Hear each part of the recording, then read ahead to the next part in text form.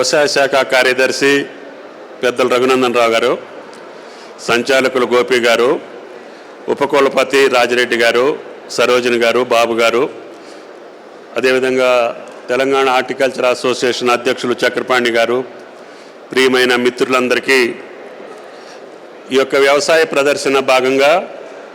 మీ association ఏర్పాటు చేసినటువంటి ఈ యొక్క కార్యక్రమానికి అవకాశం ఇచ్చిన హార్టికల్చర్ ఉద్యోగస్తులందరికీ ధన్యవాదాలు. ముఖ్యంగా తెలంగాణ రాష్ట్రం ఈ యొక్క హార్టికల్చర్ యొక్క పంటల్ని విరివిగా ప్రోత్సహించాలని చెప్పి ముఖ్యమంత్రి గారి ఆదేశాల మేరకి అన్ని వెసులుబాటు కూడా రైతాంగానికి ఇవ్వాలి, అన్ని పంటలను పండించేటటువంటి రాష్ట్రంగా, స్వయం సమృద్ధి కాదు ఇతర దేశాలకు పంపించగలిగే శక్తి సామర్థ్యాలను వనగూర్చుకునేటటువంటి స్థాయికి తెలంగాణ రాష్ట్రాన్ని తీర్చిదిద్దాలని ఈ యొక్క కాంగ్రెస్ ప్రభుత్వం, రేవంత్ రెడ్డి గారి ప్రభుత్వం అధిక ప్రాధాన్యత ఈ యొక్క వ్యవసాయ రంగం మీద పెట్టాం. సుమారు ఈ ఒక్క మొదటి సంవత్సరంలోనే 40,000 కోట్ల రూపాయలు రైతాంగానికి వారి ఖాతాల్లో జమ చేశాం. ఇతర ప్రభుత్వ పరంగా చేసేటటువంటి అన్ని కార్యక్రమాలని కొనసాగిస్తూనే సబ్సిడీ కార్యక్రమాలను కూడా ప్రోత్సహిస్తూ ఫామ్ మెకనైజేషన్ తోటి పాటు ఈ యొక్క పంటల్ని వాల్యూ యాడెడ్ వచ్చేటట్టుగా విలువ ఆధారిత కర్మాగారాలు వారి యొక్క పంటని బయట దేశాలకు పంపించే స్థాయికి తెలంగాణ రాష్ట్రాన్ని తీసుకురావాలని చెప్పి ముఖ్యమంత్రి గారి కోరిక మేరకి కోహిడాలో ఒక పెద్ద మార్కెట్ని, ఇంటర్నేషనల్ మార్కెట్ని ఏర్పాటు చేయాలని ప్రభుత్వం సంకల్పించింది. దాన్ని త్వరలోనే ప్రారంభించి చుట్టుపక్కల రాష్ట్రాల నుంచి మన రాష్ట్రానికి ఏ పంట అవసరం లేని స్థితిలో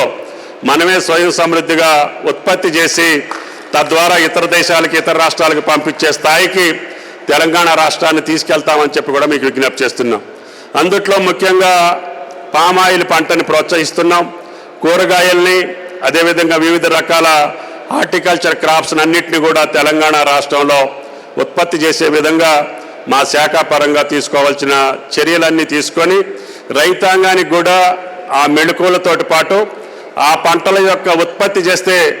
ఆ కుటుంబం, ఆ ప్రాంతం ఏ రకంగా స్వయం సమృద్ధి అవుతుందో, ఆ రైతు నిలబడగలుగుతాడో, ఆ రైతుకి ఆదాయం వచ్చేటటువంటి పంటలు ఏమున్నాయో చెప్పి వాళ్ళని దాన్ని ప్రోత్సహించేటటువంటి కార్యక్రమం తీసుకున్నాం. తప్పకుండా ఈ సంవత్సరం మామిడి కానీ, మిర్చి కానీ ఇటువంటి పంటలను ఇతర దేశాలు పోయేదానికి ఏ క్వాలిటీ కావాలో, ఏ రకంగా పండిస్తే ఆయా దేశాలు మన పంటల్ని దిగుమతి చేసుకుంటాయో తెలుసుకొని ఆ రకంగా రైతుల్ని ప్రోత్సహించి ఈ ఉద్యానవన శాఖ ప్రయత్నం చేయాలని చెప్పి విజ్ఞప్తి చేస్తూ ఆ పంటలకి బై ప్రొడక్ట్స్ కూడా తయారు చేసుకునేటటువంటి అనుబంధ రంగాలను కూడా మనమే ఏర్పాటు చేసుకొని ఆ ప్రోడక్ట్స్ని కూడా రైతుకు ఉపయోగపడేటట్టుగా, ఆ ధర పెరిగేటట్టుగా, ఆ పంటలు పండించినటువంటి రైతులు సంతోషంగా ఉండేటట్టుగా, ఆ పంటలు పాడైపోకుండా కావలసినటువంటి కోల్డ్ స్టోరేజీలు కానీ మిగతా కార్యక్రమాలన్నింటినీ కూడా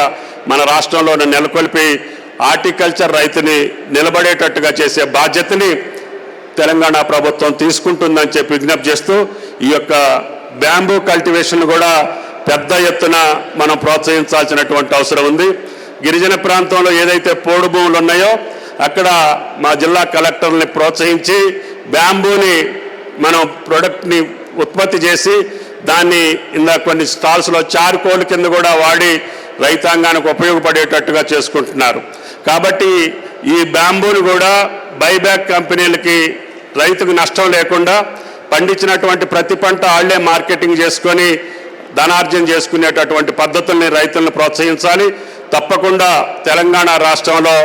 ఈ యొక్క హార్టికల్చర్ పంటల్ని పెంపొందించాలని చెప్పి మీ అందరికీ విజ్ఞప్తి చేస్తూ